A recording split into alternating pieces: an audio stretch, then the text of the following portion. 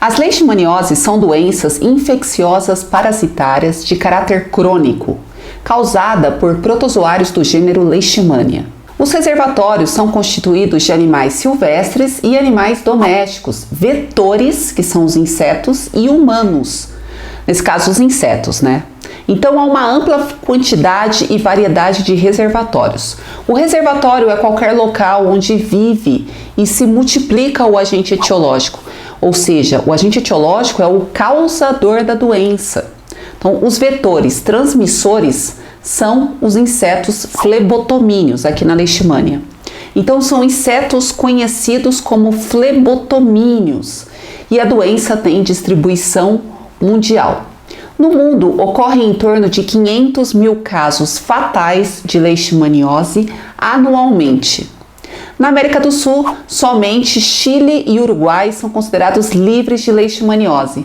No Brasil, há uma alta taxa da doença, infelizmente. A leishmaniose só não apareceu na região sul do nosso país. No século passado, a doença tinha um caráter rural. Porém, nessas últimas décadas, vem se disseminando para as áreas urbanas. A disseminação das áreas, doenças das áreas rurais para as áreas urbanas foi graças aos insetos flebotomíneos, que são os vetores aí da doença. Inicialmente, o flebotomíneo era um inseto da mata. E ele começou aos poucos a se adaptar em áreas urbanas. Nos reservatórios, na área urbana, se destaca o cão doméstico. E no ambiente silvestre, as raposas e os marsupiais, o gambá. Em relação ao vetor, como eu já tinha falado aqui, são os flebotomíneos. No Brasil, há duas espécies importantes na transmissão de leishmaniose visceral. A primeira é a Lutzomia longipalpis e a segunda é a Lutzomia cruzi. Esses vetores são popularmente conhecidos de mosquito palha, biriguis ou tatuquiras. Flebotomíneos são insetos pequenos, muito pequenos, de 1 a 3 milímetros de comprimento e tem uma coloração palha e por isso que ele é chamado de mosquito palha. E ele tem o corpo todo revestido por pelos. As fêmeas são as que são hematófagas, ou seja, elas são as que se alimentam de sangue e elas se alimentam de sangue para auxiliar aí no bom desenvolvimento dos seus ovos. E esses ovos são depositados em substratos úmidos do solo, como folhas úmidas, como a mata, como cama de galinheiro ou também fezes. São substratos úmidos do solo rico em matéria orgânica e onde não tem sol, então baixa incidência de sol. Essa é uma diferença gritante em relação aos outros insetos, que colocam seus ovos na água. Nessa questão é mais difícil controlar, combater aí o mosquito palha. O vetor tem atividade noturna. Vou falar sobre a leishmaniose em aspecto geral, o seu ciclo biológico, o ciclo do agente etiológico, as manifestações clínicas em humanas e no cão e a profilaxia.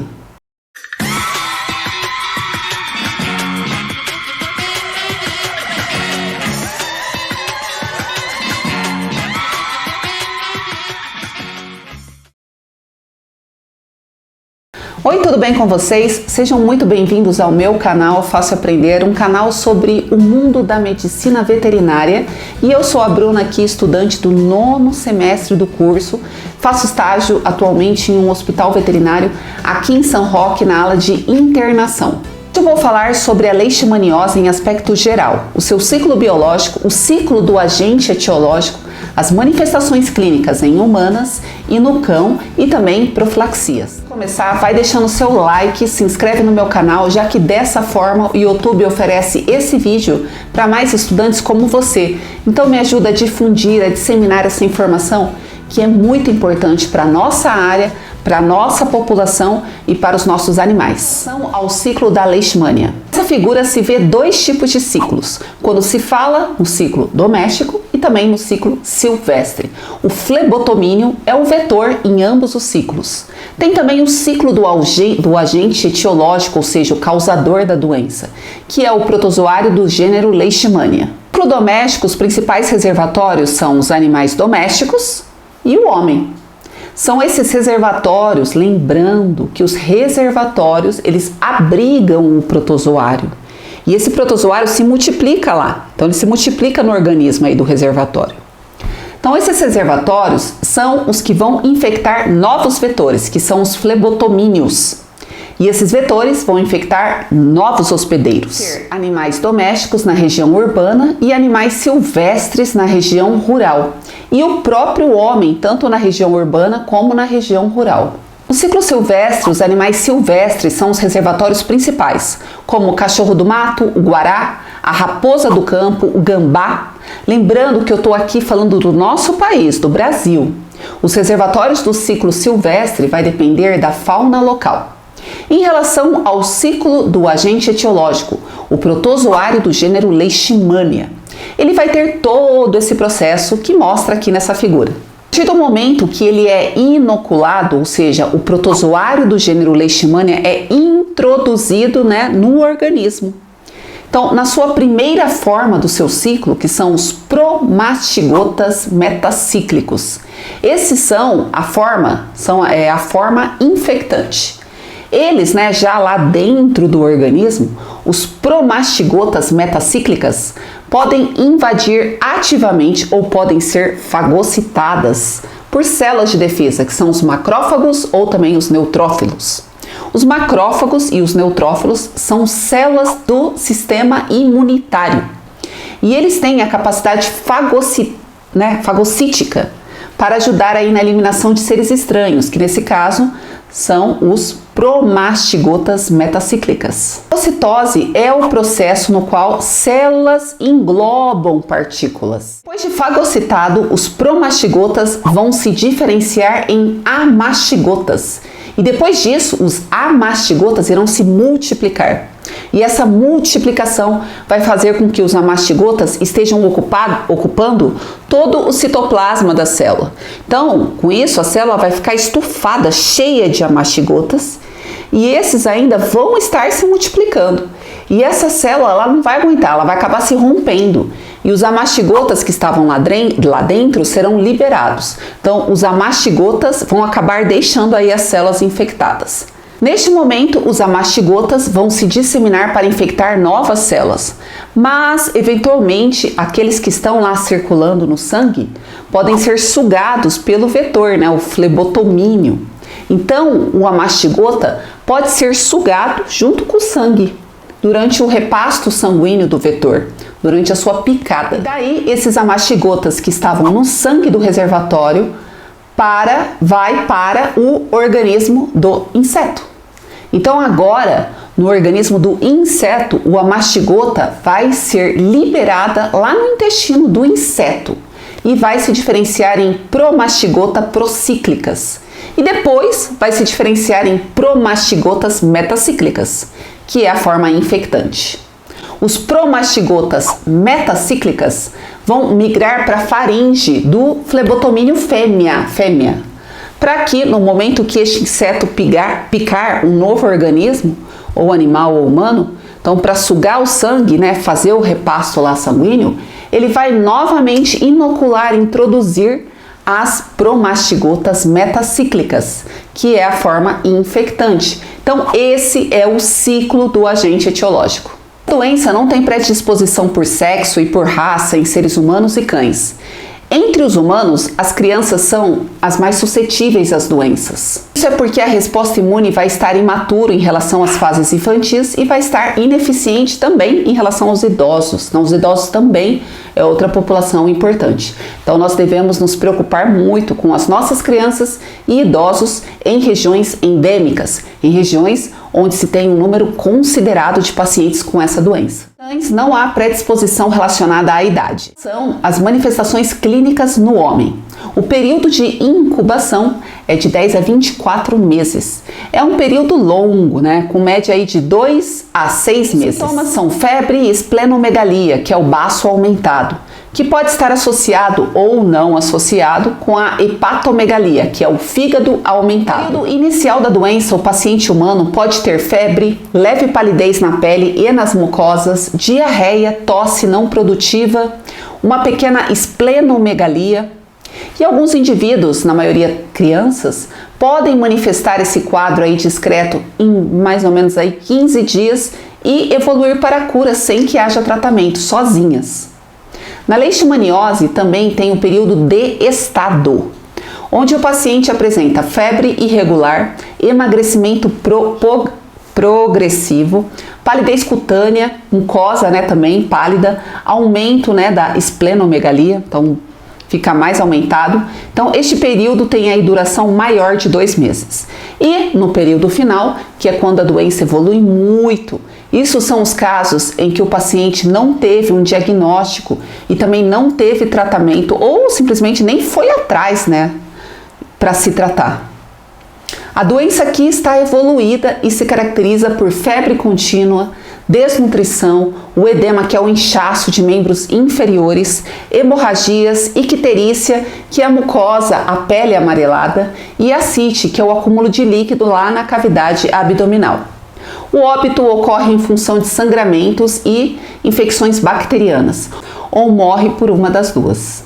Eu fiz um vídeo sobre icterícia. Eu vou deixar o card aqui do lado e o link na descrição desse vídeo aqui embaixo. Então, caso você quiser saber mais sobre o assunto, é só acessar o link. Em relação às manifestações clínicas no cão, a leishmania aqui é uma doença sistêmica, uma doença geral e também de evolução crônica.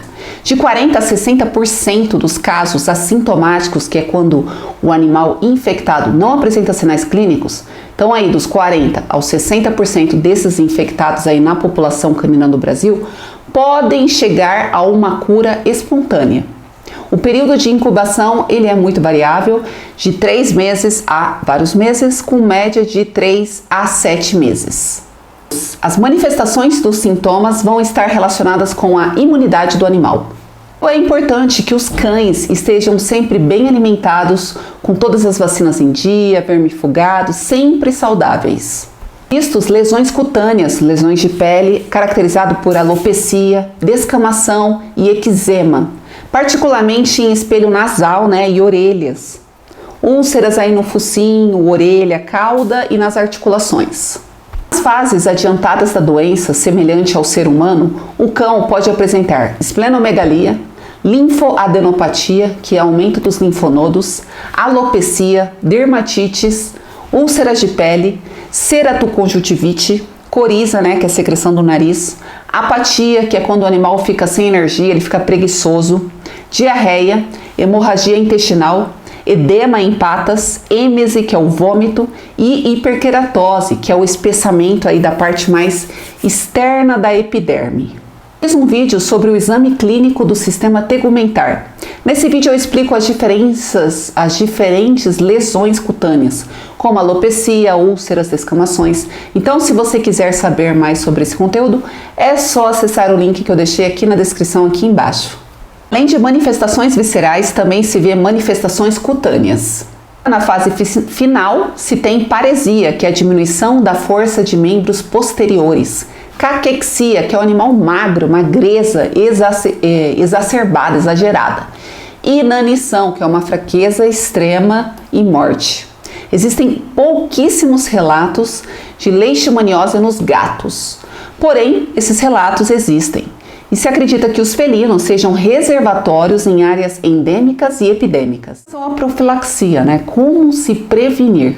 Diagnóstico e tratamento precoce em relação a humanos para ser mais rápida e segura a recuperação desse paciente. Controle de vetores. Esse controle ele é difícil por causa dos hábitos de vida dos insetos flebotomíneos, que são os vetores aí da doença. Triagem sorológica, para saber se o cão está com leishmaniose ou não está. E, infelizmente, eutanásia dos cães com resultados positivos. Essa medida ainda é muito controversa. Existe vacina para leishmaniose, mas eu vou explicar mais à frente aqui essa questão.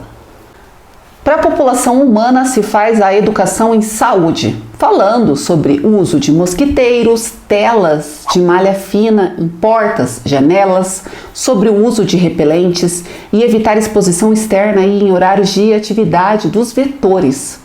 Deve ser explicado o manejo ambiental como limpeza de quintais, terrenos, praças públicas, eliminação adequada de resíduos orgânicos como lixo, para evitar condições que propiciem os flebotomínios. E também falar sobre os inseticidas. São os reservatórios. Ter o controle da população de animais errantes, com captura de cães em áreas urbanas. Deve ser feito um exame sorológico em cães e gatos antes do processo de doação. É importante o uso de malhas finas em canis, gatis, clínicas, hospitais veterinários, creches, hotéis de animais, residências. Uso de coleiras impregnadas com deltametrina 4%. Vacina para leishmaniose. Para ela é aplicada para animais em que vivem em regiões endêmicas ou também sob indicação do médico veterinário.